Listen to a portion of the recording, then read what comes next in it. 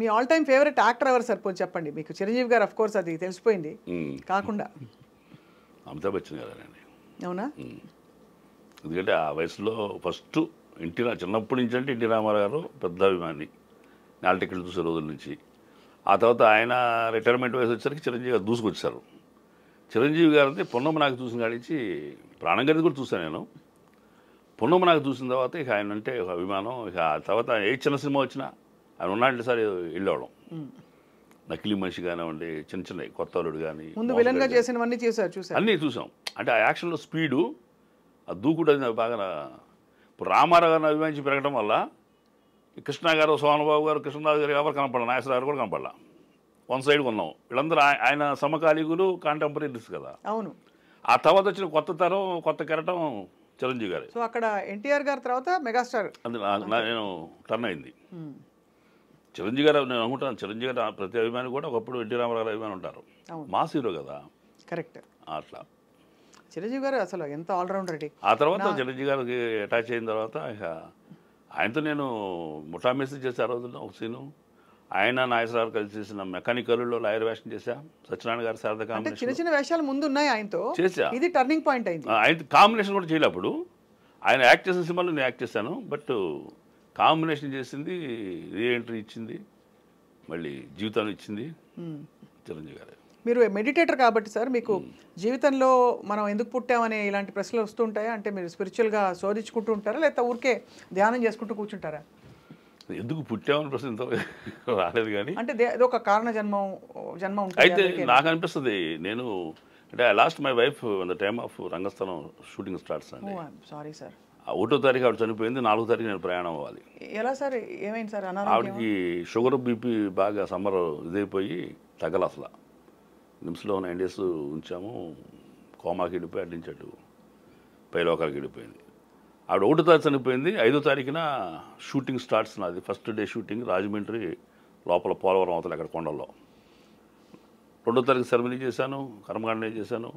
3వ తారీఖు అస్తలు కలిపి వచ్చాను. 3వ తారీఖు నైట్ పెద్ద ఇష్యూ, ఇంట్లో వెళ్ళొద్దని, వెళ్ళకూడదని పెద్దలందరూ నన్ను అరే ఊరేని తిట్టగలిగిన వాళ్ళందరూ మందలించారు. నాకే ఒక పక్కన ఆపర్చునిటీ వదిలిపెట్టుకోలేని పరిస్థితి. 2 ఆడపిల్లలు, మగపిల్లలు లేరు. వాళ్ళేమో ఆడపిల్లలు వదిలిపెట్టిపోతావా, పిల్లల్ని ఆవాలు చేసిపోతావా, ఒక పొలిమేర కాదు ఎన్ని వందల ఊళ్ళు దాటుతావు నువ్వు, రాజమండ్రి అంటే హైదరాబాద్ నుంచి అని మా మేనత్త, మా బాబాయ్ వాళ్ళు కేకలేశారు.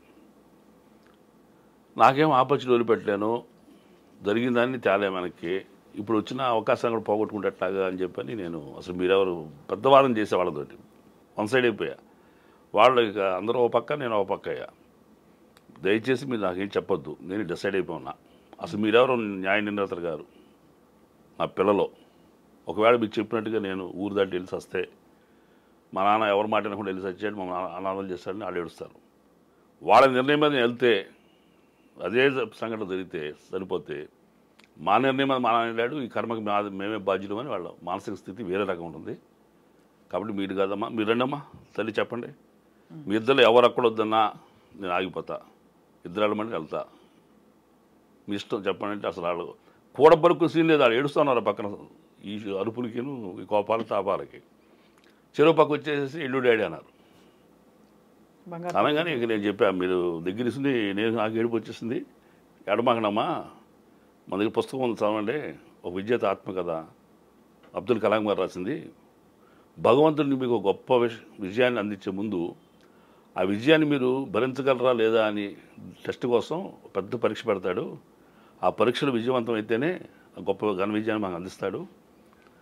భార్య కావాలా, భాగ్యం కావాలా అని దేవుడు ప్రశ్నించాడే కానీ సమాజం చెప్పేలోపు మేము తీసుకెళ్ళిపోయాడు. ఆవిడ తేలేను. ఇప్పుడు నేను భాగ్యాన్ని వదిలిపెట్టలేము, నేను తిరిగి వస్తా. మా అత్త చెప్పి, అత్తాయి మేనత్తకి మీరు ఎందుకు వద్దన్నారు, మీరు సుకుమార్ గారో తెలియదు, రామ్ చరణ్ సమంత కాంబినేషన్ తెలియదు, మైత్రి మూవీస్ తెలియదు, సమంత ఫాదర్గా ఒక 10 ఏళ్ల తర్వాత కష్టపడితే కానీ రాని అవకాశం 2వ సినిమాకి వచ్చింది. మీరు చెప్పే ఊరు పొలిమేర కథ కూడా మీకు తెలియదు. ఎక్కడ విన్నారా మీరు పొలిమేర దాటి తెచ్చాడని? ఎందుకు దాటొద్దు అన్నారు తెలుసా మీకు? ఆ ఎమోషన్లో వెళ్తే భార్య లేకపోతే ఎట్టా బతకను, అమ్మ లేకపోతే ఎట్టా బతకను, నాన్న లేకపోతే ఎట్టా బతకను, బిడ్డ పోతే ఎట్టా బతకను అనే ఎమోషన్లో వాడేది సూసైడ్ చేసుకుంటాడని పెద్దవాళ్ళు ఒక కండిషన్ పెట్టారట. అని అప్పటికప్పుడు రైటర్ కదా, నిజంగా నేను ఎక్కడ చదవలేదు ఇది.